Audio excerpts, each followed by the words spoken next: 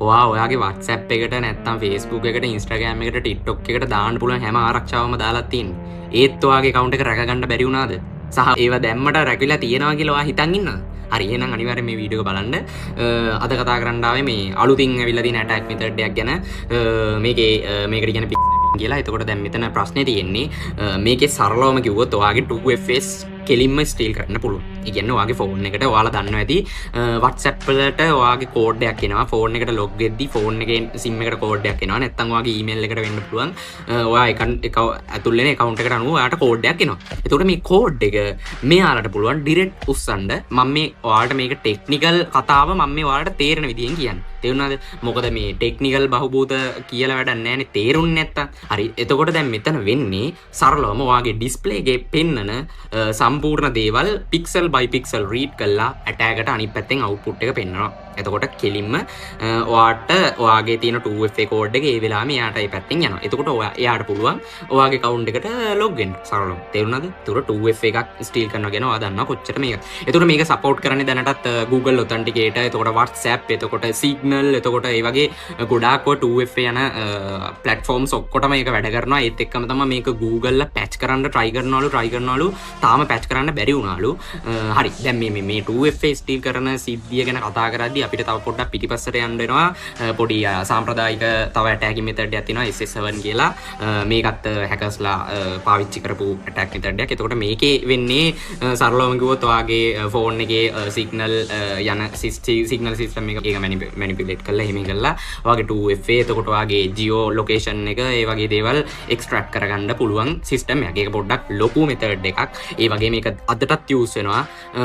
ඒත් එක්කම මම මේක ගැන කියන්න ආවේ මේකේ විශේෂත්වය. මම මේ අද මේ අලුතින් ඇවිල්ලා තියෙන මේකේ විශේෂත්වය තියෙන්නේ මේකට කිසිම පර්මිෂන් එකක් ඕනේ නැහැ. තේරුණාද? ඔයා නොදන්න ඇප් එකක් එකපාර ඔයාගේ ෆෝන් එකේ ඉන්ස්ටෝල් කරනවා. ඉතින් ඒ ඇප් එකට කිසිම පර්මිෂන් එකක් ඕනේ නැහැ මේ වැඩේ කරන්න.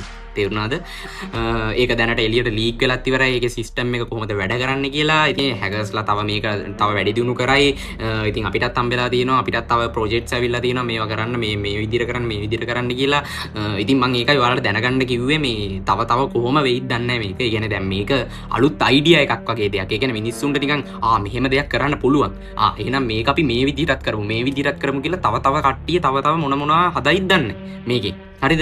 හරි. Google patch එක ගහද්දි තව එයාලා ඊට හපන් එකක් හදලා තියෙන්න ඉඩ තියෙනවා. ඕකෙන් ගැලවෙන්නේ කොහොමද කියලා කතා කරන්න ගියොත් එහෙම ඔයාලට ඕක ගැලවෙන සරලවම කරන්න තියෙන නොදන්න app අරවා මේවා install කරන්න යන්න එපා. ඔයාලා Play Store එකෙන්ම App Store එකෙන්ම app එකක් install කරන්න එච්චරයි. දැන් මේක Android වලට විතරයි. දැන් මේ කියන ඔක්කොම Android target කරලා. කොහොමද iPhones වලට? මේමයි. NSO එකෙන් හදලා තිබ්බා මීට අවුරුදු කිහිපයකට කලින් Pegasus කියලා ප්‍රොජෙක්ට් එකක්. එයාලගේ ප්‍රොජෙක්ට් එකේ වෙන්නේ කෙලින්ම ඔයාගේ පැත්තෙන් කිසිම වැරැද්දක් වෙන්නේ නැහැ. ඔයාගේ ෆෝන් එක හැක් වෙනවා. කොහොමද?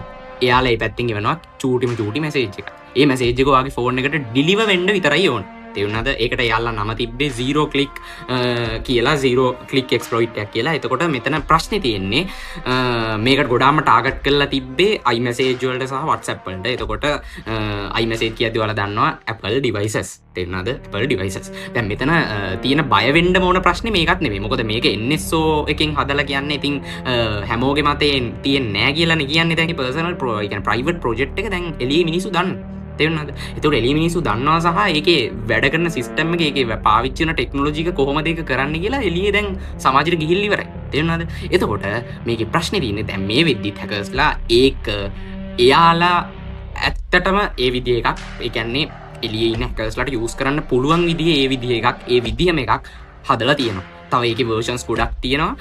ඉතින් ඒක වෙනම iPhones වලට target කරලාම හදලා තියෙනවා. ඉතින් ඔයාලා එතනත් පොඩ්ඩක් බලන්න. මොකද මෙතනදී ඔයාලා ඇත්තටම අසරණයි. මොකද ඔයාලගේ පැත්තෙන් කිසිම දෙයක් ඒක කරන්න බෑ. ඔයාලගේ පැත්තෙන් කිසිම වැරැද්දක් වෙන්නෙත් නෑ ඒක වෙද්දී. ඒ කියන්නේ ඔයාගේ ෆෝන් එකට නිකන් මැසේජ් එකක් විතරයි එන්න ඕනේ. තේරුණාද මේක කොච්චර භයානක කියලා ඔයාලට තේරෙනවා ඇති.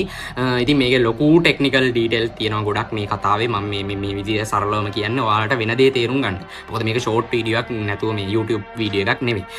ඉතින් ඔයාලට YouTube ටියුටෝරියල් බලන්න ඕන නම් මගේ channel එකක් තියෙනවා. ඒක subscribe කරන්න. මොකද ඒක තාම වීඩියෝස් දාලා නැහැ. ඉස්සරහට දානවා. යම් තාක් දුරකට subscribe ප්‍රමාණය settle වුණාට පස්සේ ඉතින් අදට ගිහින් එන්න.